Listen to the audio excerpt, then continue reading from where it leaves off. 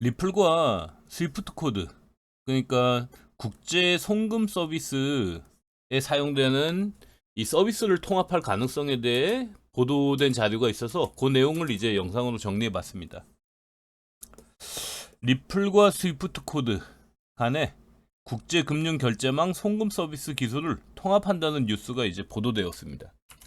스위프트 코드는 국제 송금 안 해보신 분들한테는 좀 생소한 개념일 수 있는데, 그러니까 해외 은행에 이제 만약에 이제 한국에서 미국 은행으로 이제 돈을 송금한다. 그러면 그 해당 은행에 이제 스위프트 코드가 있습니다. 그래서 그거는 전 세계에서 식별 가능한 이제 은행 코드라고 보시면 되거든요. 8자리에서 11자리의 고유한 코드로 해외 송금 시 사용되고 있습니다. 저도 지금 구글에서 입금받는 광고료 같은 경우에는 카카오뱅크의 스위프트 코드를 구글 쪽에 알려주고 그쪽으로 지금 입금받고 있거든요. 국제금융망 송금 서비스 제휴로 XRP, 그러니까 리플 준비금 비축이 크게 늘어나고 그 효과로 리플 시세가 100달러를 돌파할 것이라는 전망까지 나오고 있습니다. 뭐 요런 이제 어떤 목표가에 대한 전망은 뭐 그냥 이제 상승 가능성이 좀 높아졌구나라는 정도까지만 인지하시면 되고, 뭐 100달러라는 이 숫자 자체에 크게 몰입하실 필요는 없을 것 같아요. 아직 스위프트 코드는 현재 리플과 최종 협의 단계에 있으며 리플을 기반으로 한 국제 송금 기술 통합을 고려 중인 것으로 알려져 있어서 아직 변수가 남아 있습니다. 뭐 안 될 가능성도 있고요. 근데 이런 얘기가 나왔다는 것 자체가 좀 놀라워서 그 내용을 이제 정리한 겁니다. 만약 이 협업이 성사되면 수십억 달러 규모의 리플이 준비금 형태로 사용될 가능성이 제기되고 있어 이는 실질적인 수요 증가로 시세가 크게 상승할 요인이 될 수 있습니다. 그럼 그 스위프트 코드를 도입하게 되면은 뭐 어떤 효과가 있길래 이런 걸 고려할까? 일단은 가장 먼저 이제 속도와 비용.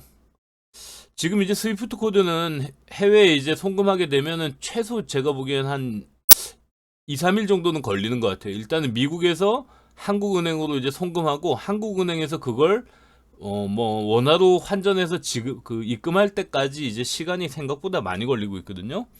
그리고 수수료, 그러니까 미국 은행에서도 수수료를 내야 되고 뭐 우리나라 은행에서도 수수료를 내야 되고 환전 수수료를 또 내야 되고 이러다 보니까 수수료가 굉장히 비쌉니다.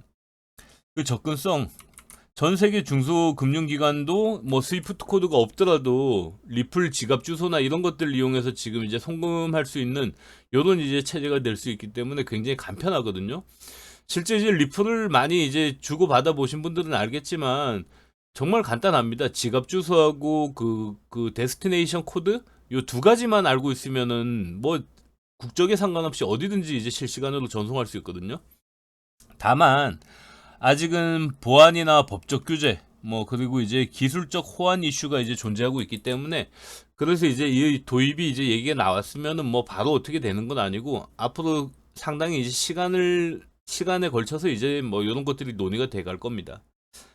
그리고 이제 CBDC, 그러니까 뭐 중앙은행에서 발행하는 그런 디지털 화폐 이런 것들과 이제 연계가 됐을 경우에 글로벌 결제 허브로의 가능성도 있다는 이런 점인데, CBDC 같은 경우에는 지금 가장 적극적으로 지금 도입하고 있는 게 중국이죠. 중국 같은 경우에는 CBDC 활성화를 위해서 지금 비트코인 그 코인 채굴이나 유통 이런 것들을 전면 금지하고 있습니다. 리플이 국제 송금 수단으로 도입된다면 가장 큰 장점은 송금 속도와 역시 수수료죠. 실시간 송금의 0.1에서 0.2리플. 그러니까 한국 지금 시세로 한 4,000원 정도 왔다 갔다 하거든요. 그러니까 한 400원에서 뭐 0.2리플이면 한 800원?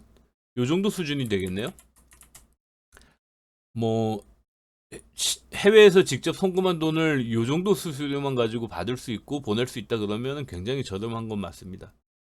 수수료가 발생하는 리플이 국제 송금에 도입된다면 시간과 비용적으로 엄청나게 이제 효율적으로 바뀌게 될 겁니다. 다만 이런 수수료를 수취하는 뭐 은행들이나 이런 송금 뭐 어떤 시스템 이런 쪽에서는 이걸 반발할 가능성이 굉장히 크겠죠. 왜냐면 가만히 이제 어떻게 보면은 뭐 고속도로에 톨게이트 놓고 지나다니는 차들마다 이제 요금 받는 식으로 이제 거의 초기 인프라만 설치해 놓고 거의 그 노력 없이 이제 계속 이득을 얻고 있었는데, 이런 이제 시스템 변화는 그런 이제 기득권 세력과의 또 싸움이 일정 부분은 있을 겁니다. 저도 리플을 보유하고 관심을 갖게 된 것은 바로 전송 속도와 수수료 때문이었습니다. 사실 이게 수수료가 가장 컸죠. 뭐 저야 뭐 긴급하게 돈을 주고받고 이럴 일이 많지 않았기 때문에 사실 속도는 뭐 비트코인이 좀 늦게 입금이 된다 해도 크게 불편함을 못 느꼈는데, 와, 수수료가 너무 비싸갖고 깜짝 놀랐습니다.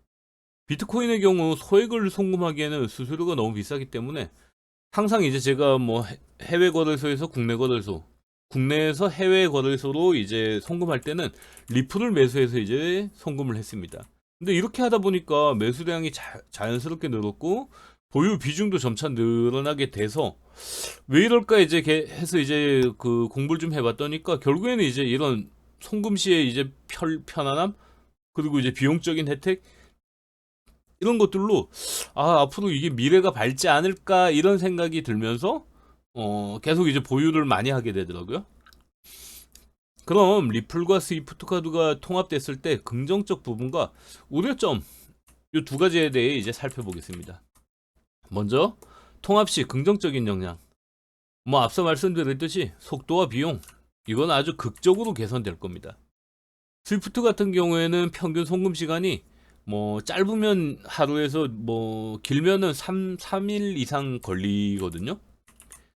그리고 수수료는 한 10,000원에서 50,000원 정도? 뭐 금액에 따라 좀 차이가 있습니다. 리플 같은 경우에는 수초 내에 이제 송금이 완료되고, 수수료 같은 경우에도 뭐 해외 같은 경우에는 굉장히 저렴하기 때문에 뭐 몇십 원 정도 수준. 뭐 지금은 이제 리플도 일정 비율을 떼고 있기 때문에 0.1 리플 이러면은 리플 가격이 올라가면 수수료는 좀 올라갈 수는 있습니다. 이렇게 통합하게 되면 기존 스위프트 인프라 위에 리플의 기술을 올릴 경우 신속하고 저렴한 송금이 가능해진다는 점. 전통 금융기관의 블록체인 전환 가속화. 스위프트는 11,000개 이상의 금융기관과 지금 연결되어 있습니다. 특히 일본의 금융기관들은 80%가 리플을 이제 도입하겠다고 지금 준비하고 있죠. 리플의 블록체인 기술이 통합되면 글로벌 은행들이 자연스럽게 블록체인 기반 인프라로 전환될 수 있습니다. 그러니까 별도로 이제 은행마다 블록체인 기반의 인프라를 개발하는 것이 아니고 리플을 시스템에 도입하면은 자연스럽게 전환이 된다는 거죠. 국경 간 실시간 결제 가능. 그리고 이제 개도국, 중소은행, 핀테크 기업들 같은 경우에도 글로벌 결제 네트워크에 쉽게 접근할 수 있습니다. 뭐 앞서 말씀드렸듯이 이거는 송금하는데 별도의 뭐 알아야 될 게 많지는 않습니다. 그냥 상대방의 지갑 주소 그리고 데스티네이션 코드, 이 두 가지 정도만 알면은 그냥 누구한테든 쉽게 보낼 수 있거든요. CBDC 연계 가능성 확대. 리플은 중앙은행 디지털 화폐 발행 기술도 이제 중앙은행 디지털 화폐에도 발행 기술을 이제 제공하고 있거든요. 스위프트가 각국 중앙은행과도 협력하고 있기 때문에 CBDC 간 국가 간 연계 시 시스템으로 확장 가능성도 있습니다. 왜 이렇게 버벅대나 모르겠네요. 통합 시 우려점. 기술 보안 표준 충돌. 리플은 탈중앙 블록체인 기반이며 스위프트 코드는 중앙 집중식 메시징 네트워크 방식입니다. 그래서 이제 양 시스템 간의 기술 호환성, 사이버 보안 표준 등 이런 것들을 이제 통합이 좀 어려울 수 있습니다. 그래서 이런 것들 때문에 도입이 된다 해도 시간은 일정 기간 소요가 될 거다. 이렇게 말씀드린 거고요. 기존 스위프트 모델 스윙 모델 훼손.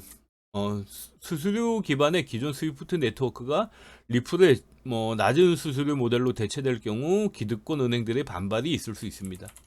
뭐 은행들이 이제 해외 송금으로 벌어들이고 있는 수익이 얼마나 되는지 모르겠지만 어쨌든 상당할 것 같습니다.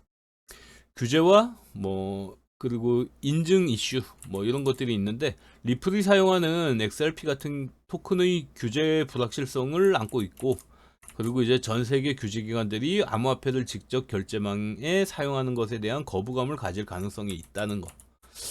이런 점들 때문에 이제 도입에 좀 이슈가 있을 수 있다.